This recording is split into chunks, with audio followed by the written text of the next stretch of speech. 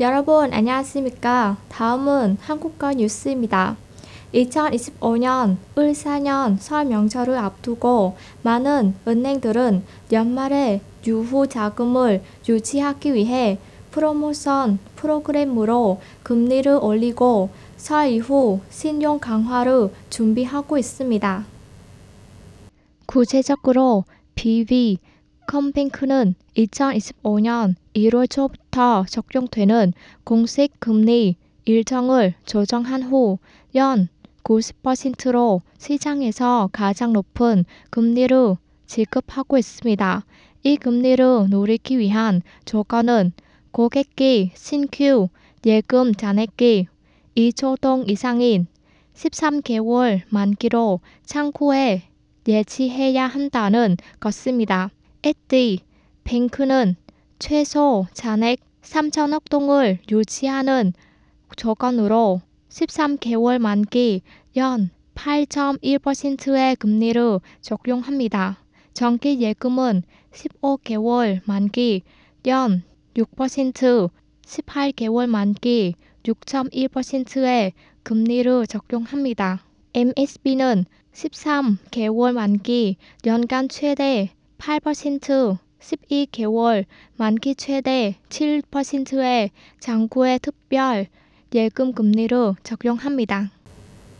베트남 항공국은 북부 지역의 안개 현상이 앞으로 며칠 동안 계속될 것이며 nội bài, Thọ Xuân, Vinh, hải phòng 등 이 지역 공항으로 가는 항공편에 영향을 미칠 가능성이 있다고 전망했습니다.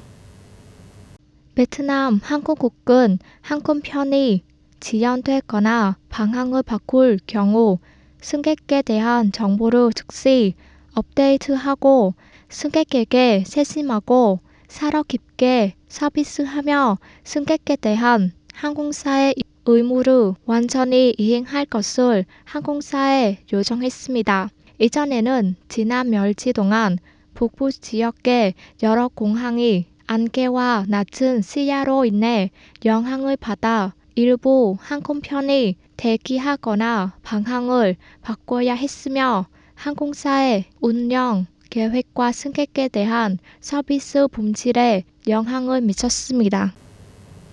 thống nhất 현 Dầu Dây 마을을 통과하는 1A 국도와 20번 국도에서 설을 맞기 위해 고항으로 돌아가는 사람들을 지원하기 위해 두 개의 지점을 조직했습니다.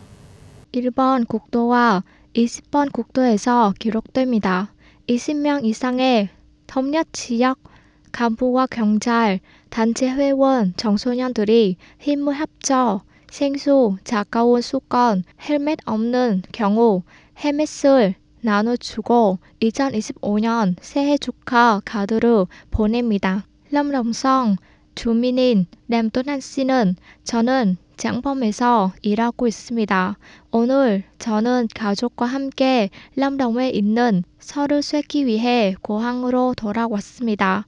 thống nhất 지역을 진학할 때 간부와 경찰들이 생수와 수건을 나눠주고 딸에게 집에 가기 위해 헬멧을 주었습니다. 저는 이것이 매우 아름다운 이미지라고 생각합니다. 라고 말했습니다.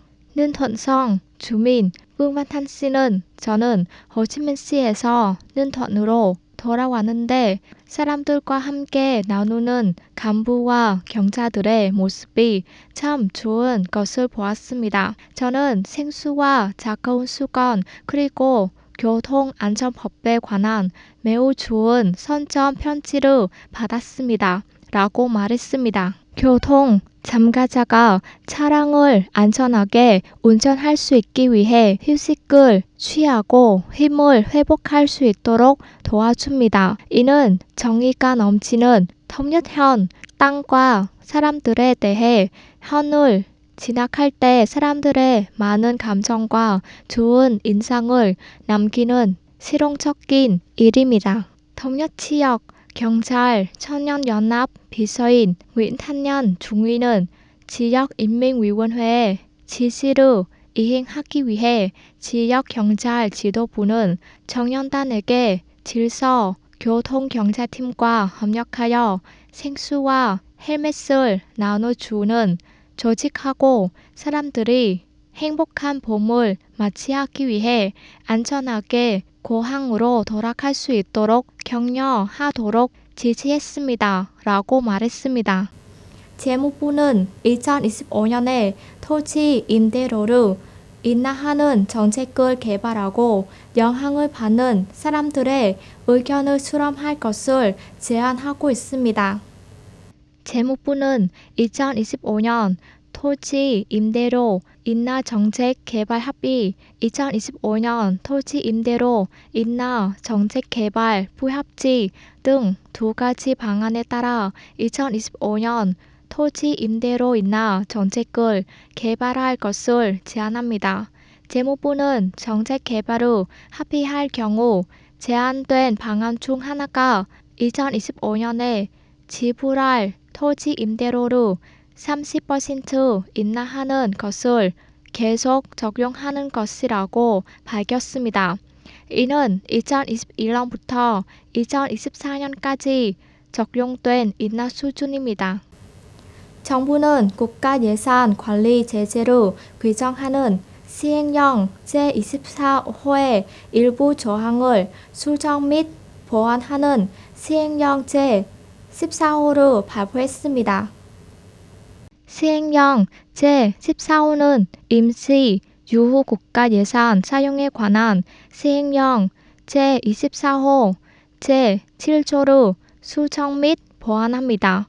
임시 유후 국가 예산은 다음 우선순위에 따라 사용됩니다. 중앙 예산에 대한 선지급 및 대출합니다.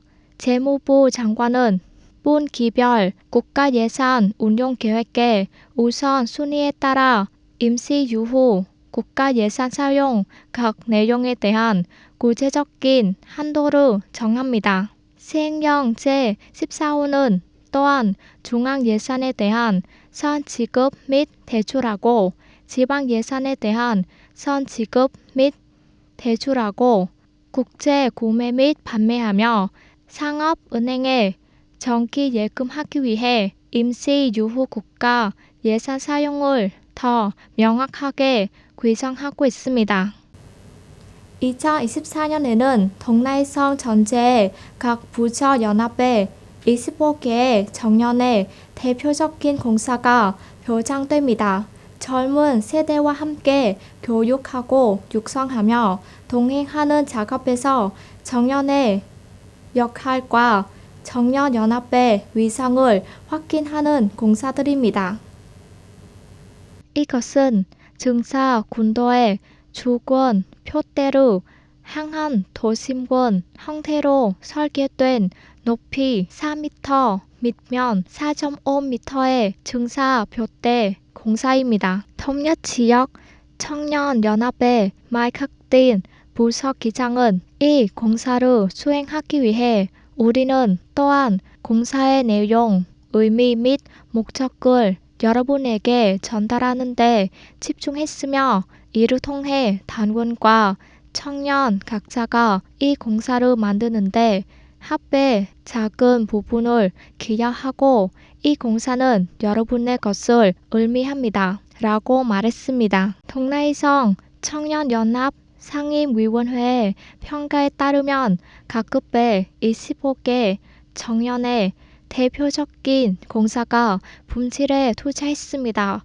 많은 대규모의 장기적인 공사가 새로운 농촌 건설과 관련되고 사회 보장을 효과적으로 관리하는 데 기여합니다.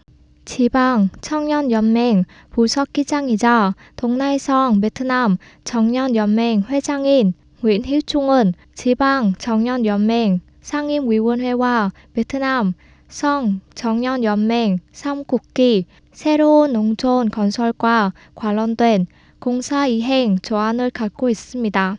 특히 폐기물 분리와 같은 환경보호와 관련된 공사 또는 지방의 디지털 전환 및 녹색 전환 및 넷제로의 장의성과 관련된 공사가 있을 것입니다. 라고 말했습니다.